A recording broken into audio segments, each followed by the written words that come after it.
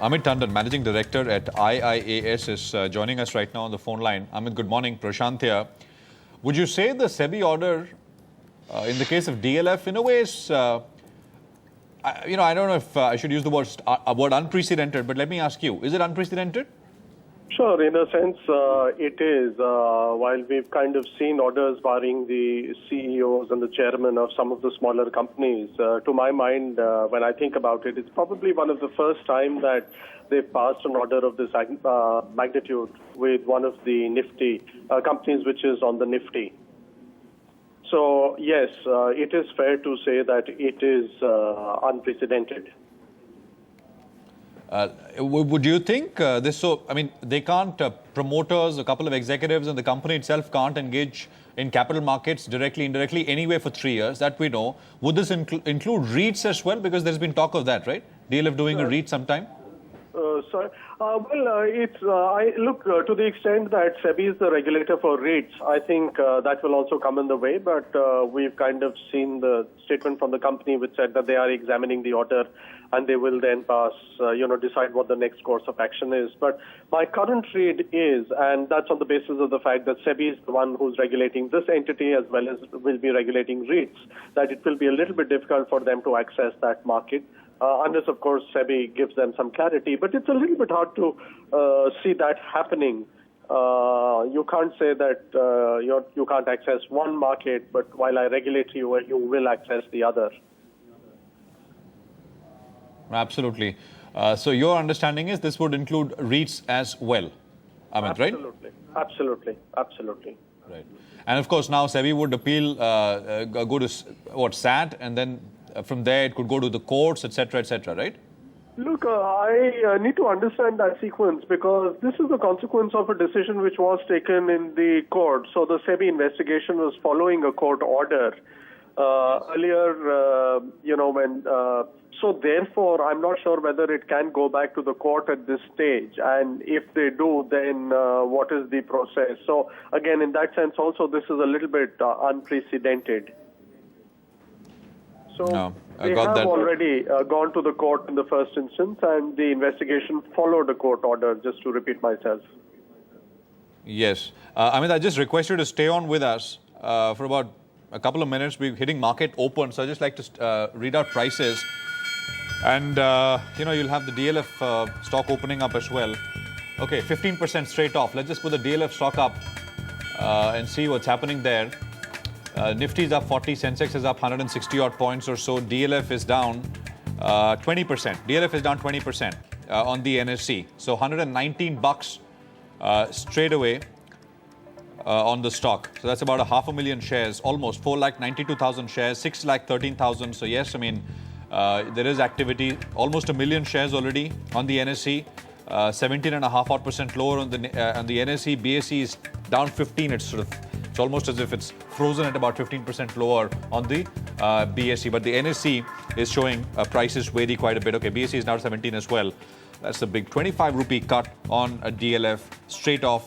Hit about 117.5. It's at about 121.45 right now.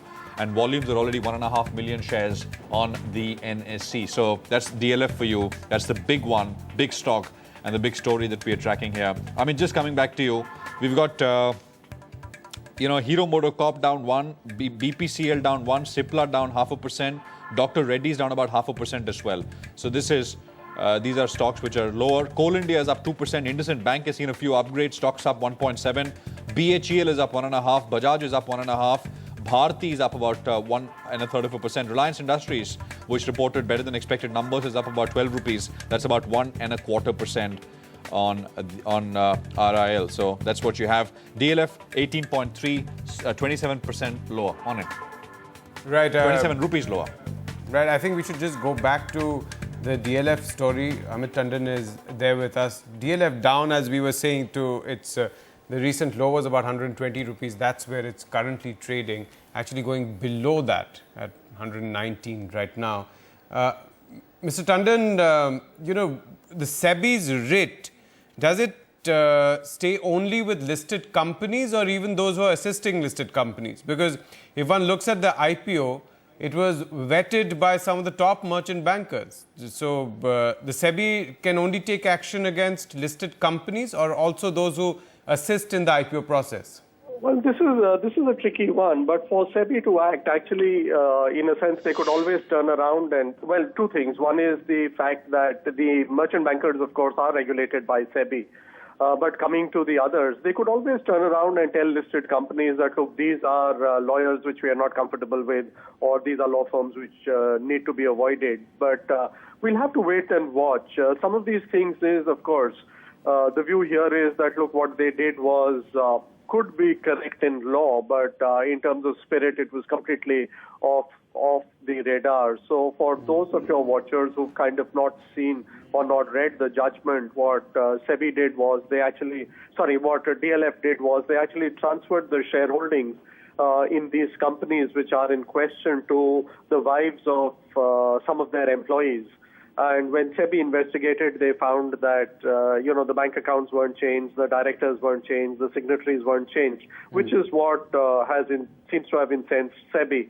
So in another... No, I'm saying that if this case was out there already, and I remember there were several minority shareholder issues, there were several issues in the DLF IPO. The IPO itself was postponed when it came in 2007 for a while and then came back again. But surely merchant bankers cannot be entirely absolved if this is really an issue. I mean, the argument being made by DLF management is that Mr. KP Singh was in his 80s, early 80s at that time, did not understand the technicalities, consulted lawyers, consulted managing merchant bankers, and they said that this is what needs to be done and it's legally valid and nothing wrong with it. As I said, one is the legal view. Of course, if you take a broader interpretation in terms of what is control, and I know that is subject to a lot of debate and discussion, you could actually say that DLF continue to control these entities. So therefore, this is a question which is best left to lawyers rather than us or rather the courts rather than us speculating. No, but I'm saying that effectively the SEBI seems to have taken a view that DLF deliberately transferred these shares and then maintained a hands-on approach, said that as if it does not own these, said that we don't own this company at all, and but actually was controlling it still. Why doesn't the SEBI then say that the merchant bankers and the lawyers themselves are also liable because they gave this kind of an advice? Look, I would again the view could be that, look, at the end of the day, there are a bunch of people who are looking, standing outside looking in, so you really don't know what happens, right? This is just to, for a moment, take the side of the merchant bankers and the lawyers. So the lawyers are asked a specific question in terms of, look, these are now the shareholders of the company, and is this therefore our entity or not? And the answer would be no. But if you kind of dig, and the same question was that of the merchant bankers, but it's the people who are sitting inside the company who know what the truth is. They know that, look, we've not changed the signatories. The people who these shares have been sold to are actually wives of employees, and therefore they would, in a sense, do pretty much what is asked of them. So you could possibly argue that there is a difference between people who are sitting inside, knowing what's going on, and people from outside who are viewing, looking in, and don't have a complete picture of what has happened. But I agree. What is important is that SEBI's kind of figured it out, nailed this practice. And it also shows that, just because you're a large company, you cannot get away with something like this. So in that sense, both these are important lessons for the market.